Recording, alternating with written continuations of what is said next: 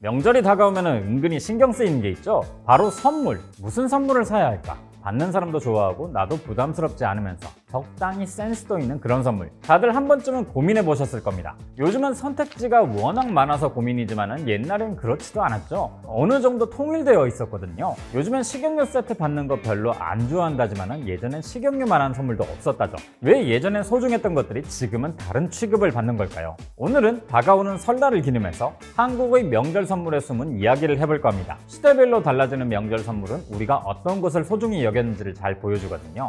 저는 김밥이고요. 제가 오늘 떠먹여드릴 이야기, 명절 선물의 경작입니다. 언제부터 설날을 챙겼는지는 정확히 알려져 있지 않지만요. 설날이 지금 같은 모습을 갖추게 된 건 얼마 되지 않은 일입니다. 40년 정도밖에 되지 않았죠. 이 이야기를 먼저 해드릴게요. 설날은 음력 1월 1일을 말합니다. 양력으론 1월 말에서 2월쯤에 명절을 보내죠. 이렇게 음력 설을 지내오던 와중에 1896년 을미개혁과 함께 음력은 폐지되고 태양력인 양력이 도입됩니다. 그럼 설날도 양력 1월 1일로 옮겨서 착착 진행되면 좋겠지만 그렇진 못했습니다. 양력 설날을 받아들이는 사람이 많지 않았거든요. 사람들은 태양력과 상관없이 자체적으로 음력설을 챙기기 시작합니다. 심지어 빨간 날도 아니었는데요. 여기서 더 나아가서 나라에다 막 민원을 넣죠. 음력설을 휴일로 지정해달라고요. 결국 1985년 음력 1월 1일을 휴일로 지정하게 됩니다. 처음엔 민속절이라고 불렀는데요. 1989년에 연휴 기간이 3일로 늘어나면서 설날로 이름이 바뀌게 됩니다. 이게 현재까지 이어지고 있죠. 사람들이 주고받는 선물에도 엄청난 변화가 있었습니다. 어떤 선물을 언제부터 주고받았는지 거슬러 올라가면 한없이 올라갈 수 있겠지만 일제강점기쯤부터 이야기를 해볼게요. 이때부터 50년대까지는 주로 쌀을 주고받았습니다. 지금이야 빵이나 면, 고기를 많이 먹지만 당시엔 쌀 위주 식단뿐이었기 때문에 쌀 소비가 굉장했거든요.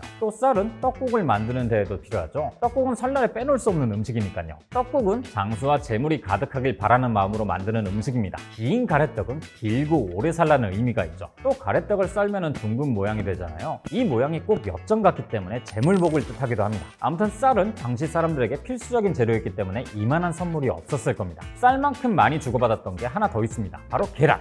지금이야 집에 쌀이나 계란이 떨어지면 마트에 가서 사면 되는데요. 이땐 물자가 너무 부족했기 때문에 각자 재배하고 키운 것들을 주고받는 게 일상적인 모습이었습니다. 당시 닭은 계란을 얻기 위해 키우던 거였기 때문에 닭고기가 아닌 계란만 주고받았던 거고요. 또 계란은 지단이나 전을 부칠 때 많이 쓰죠. 명절 음식 필수 재료 중 하나였으니까 계란도 주고받기 좋은 선물이었습니다.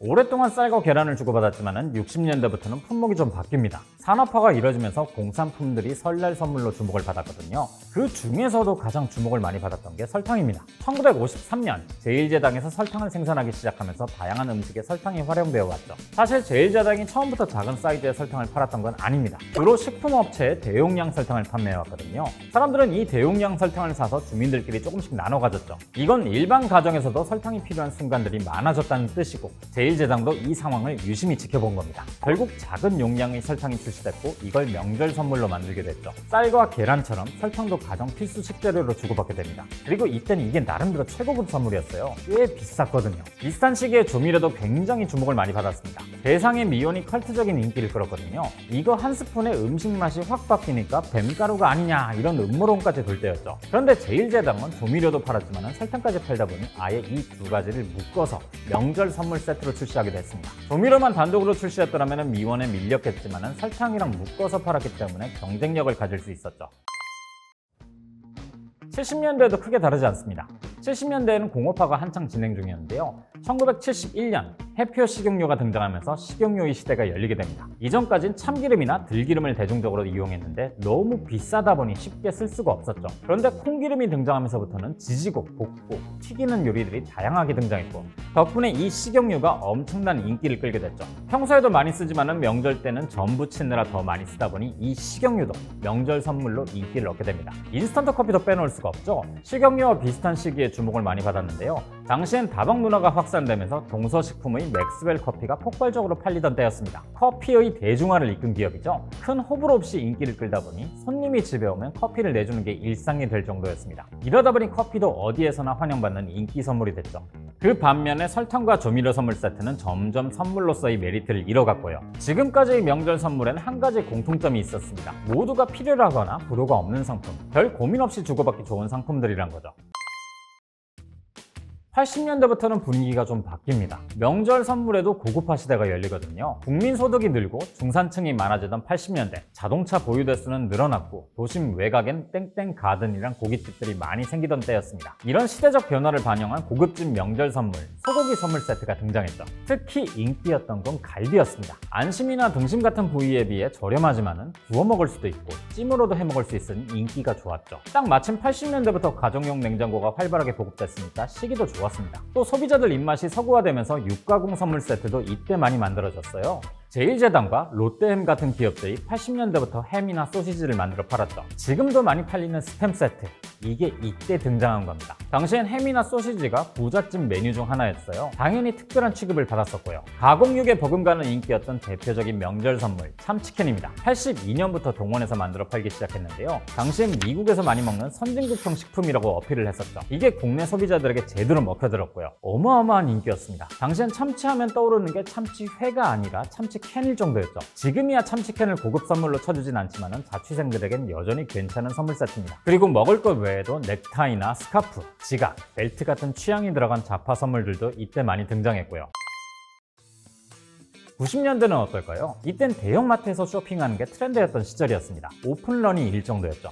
대형마트는 물건을 대량으로 팔면서 저렴한 가격을 무기로 소비자들을 유인하는 게 특징입니다. 그래서 백화점은 고급 선물 세트를 기획해서 팔았지만은 대형마트는 본인들의 장기인 가격을 내세워서 중저가 세트를 팔았죠. 백화점에서 파는 선물 세트를 보면요, 주로 농축산물들이 많습니다. 한우나 조기 세트 같은 것들도 잘 팔렸지만은 새롭게 나타난 선물 세트가 있죠. 바로 건강식품들입니다. 홍삼, 인삼, 꿀, 명지버섯 같은 선물 세트들이 이때 많이 나왔거든요. 이전 양상과는 다르게 취향에 맞춘 선물들이 등장한 거죠. 반면 마트용 선물 세트는 인기 상품들을 종합 구성한 것들이었습니다. 식용유, 참치캔, 가공육 등을 한 박스에 넣었죠. 뭘 좋아할지 몰라서 다 준비했다는 느낌이랄까요? 1호 세트, 2호 세트 이런 말 많이 들어보셨죠? 크기나 구성, 가격을 달리했기 때문에 각자의 사정에 맞춰서 선물을 사는 겁니다. 그리고 이런 명절 선물 세트는 기업이나 사무실에서도 많이 애용하고 있고요. 또 이때부터 굉장히 강세를 보였던 선물 중 하나, 백화점 상품권입니다. 현금 10만 원을 주는 것과 백화점 상품권 10만 원권을 주는 건 좀 다른 느낌이 들잖아요.